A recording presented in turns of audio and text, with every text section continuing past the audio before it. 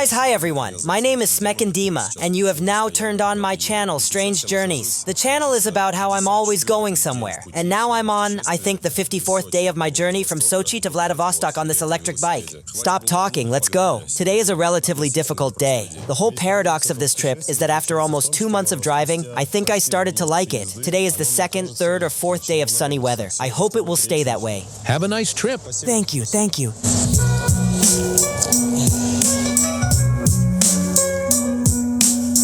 Slowly turn on the even tan mode, right from the morning. We're leaving much earlier than usual today. Listen, I don't think I've been outside this early yet. Such a pleasant coolness. It is not a cold chill, but a pleasant one. And we are leaving early today because today, we need to travel about 50 kilometers more than in previous days due to the location of the hotels. There is no way we can physically accelerate because of the speed of movement, because we are already almost flying. The speed is crazy. It will probably only be possible to reduce the time by reducing stops, make them smaller and faster. And now we're getting into the saddle right away, and we won't stop for 70 kilometers. I looked on the navigator that the next cafe would be in 70 minutes, and it suits me perfectly. This is just the right distance to get hungry, and it's a great distance to get out of the saddle and say to yourself, Dima, you're a handsome man. Generally well done. Feel free to eat something. Thank yourself. Wow, is this the bear? Why did you guys scare me with a bear? Look how affectionate he is. I didn't think it was possible to get so close to bears. I was told that they face the road, but I didn't think that much. And what is their danger?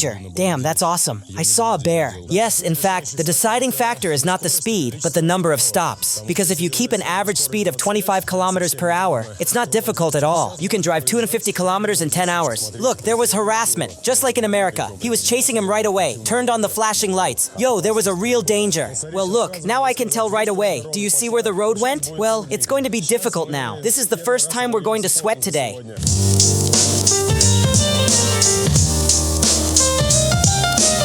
Look, it's snow. Great, there is a morning track record, 53 kilometers per hour. Let's go up in eco mode. Let your legs tense up a little. We'll just push the pedals really hard. Let the blood start working. The faster your legs get clogged in the morning, the faster they get into a working rhythm. Everything is classic. Every day, while we're in the mood, we start by watching a movie. Well, let's go. This morning, I've been accompanied everywhere by such a strange smell and a light haze, the smell of nostalgia for school. When you walk down the street, you come to the local park sometime in the fall, and it smells exactly the same. I'm actually driving in such nostalgia, and only now did I realize that it wasn't just fog, but smoke. And the smell, it's so light. It's a light burning smell. Maybe thanks to this haze, the sun will shine less fiercely today. But the question is, how hard is it for the lungs? For now, I'm just enjoying flashbacks from my childhood. Smells generally dominate a person. Now I can say with confidence that visibility is getting much less, and the taste in the mouth becomes more bitter, more precisely, smoky. That means there's more and more smoke ahead, and if it's been growing for too long, then where is its epicenter? How far do we have to go to get closer to him? And how long are we going to drive along it? And how much longer will we leave it? Look, we're riding in some kind of milk foam. No, of course I already had days when I was driving through forest fires, but they were much shorter. They were very sharp. That is, there were columns of smoke. I saw fire on the left and right, but it wasn't that long. And it was in segments, not on a permanent basis. In short, I'm just going to hope that I invented this burning smell for myself, and all this milky blue is fog. Can you imagine? Look, I'm nowhere around me. Nowhere at all. I can't see the horizon. Everything goes, you know, in such a gradient. It's just that, what should I do if I get to the point where everything is, where it will be completely impossible to breathe, and visibility will be 100 meters, and I will understand that I drove 50-70 kilometers into this place, and it is unknown how long it will be, and how much more it will have to leave.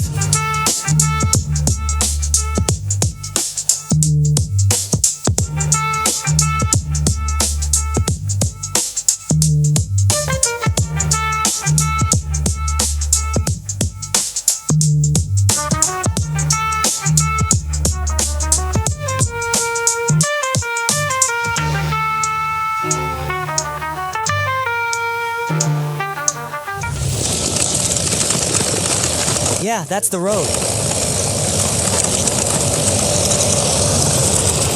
There's a huge settlement ahead. I didn't understand. It's like a micro-city. It even looks like it. And there are very many places to eat. There's even some pizza and rolls. But this is not so interesting to me. I will take what is as close as possible to the edge of the road. We drove to this cafe. It looks quite modern.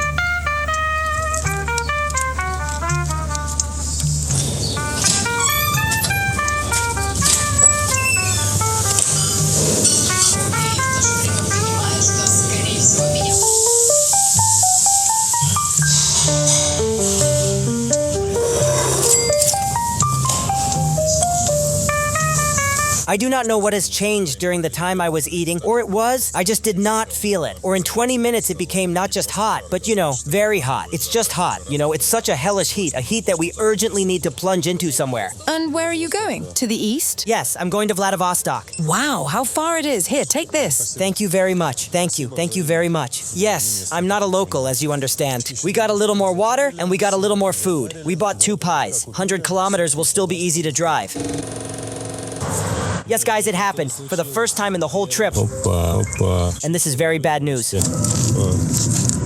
How do you like the new repaired road here? Oh, the road will get even worse there. There will be further gravel and road repairs. Before that, there were repairs, but not so big, for 1.5 kilometers. No, there will be more distance. There are 15 kilometers of repairs there. And this year, we also want to ride 50cc motorcycles. But at the end of the season, we will try to get from Moscow to Dubai. In short, this pancake on a wheel really confused me. I really hope it's just a puncture in the wheel valve, but I don't need it at all today. But I have absolutely no desire to repair the wheel because it is very difficult. I have rubber there, 1 layer under the rubber. The second layer, there are, in my opinion, 3 layers between the rubber and the camera. The camera wheels are still protected from breakdown cords. There's just not enough fingers to disassemble the whole system. I will hope that there will be no more lowering, even if you have to inflate the wheel twice a day. Damn, I'm willing to make these sacrifices. Just don't fix the wheel. See what a significant and important place there is along the way. The church opens directly from the hill. A brilliant church. I put down the money.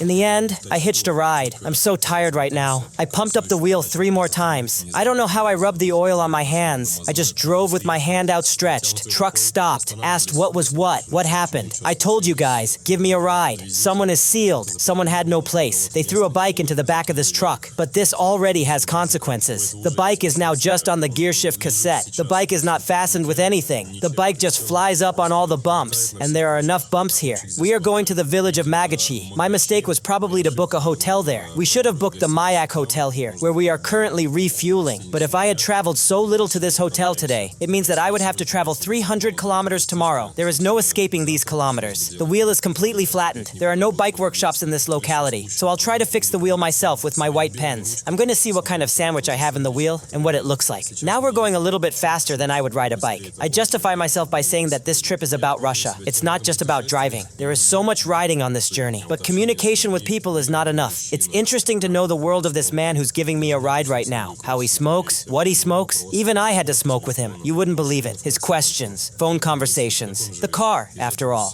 How he thinks, how he lives. From all of this, at least somehow the overall picture of his world is formed. This is the general portrait of Russia. Accents, interests. You're the one who flew away, my bike. Yes, the wheels are completely flat. So, what's the best thing to do? Let's probably do this. We'll take turns intercepting them. Here you go now. Don't take it yet.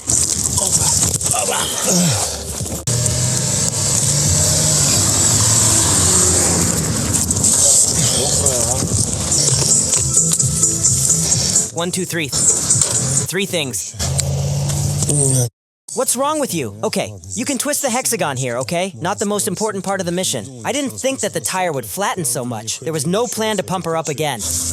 Glove, come here. You're going to get there, right? On 2 fasteners. These rigid movements are annoying. I forgot my phone on my bike. It's an interesting town here. I'll show you guys around in the morning. I have just been told that I will be in more comfortable conditions. Hey, where are you looking? They noticed my bike. Don't look too closely. And this is our room in Magocha. I have my own private room. I do not know what's on the Wi-Fi here. I haven't taken off my shoes yet. The rooms here are in a completely different place. The reception is in a different location. We have to walk to the room. The room is located in an apartment building. Reception above the grocery store. I drove with the rains all the way. I drove through the snow for 3 days when I passed Kazan and Nizhny Novgorod. It was still 2 degrees Celsius. I've only been going without rain for the last 4 days. Before that, I was just soaked through every day.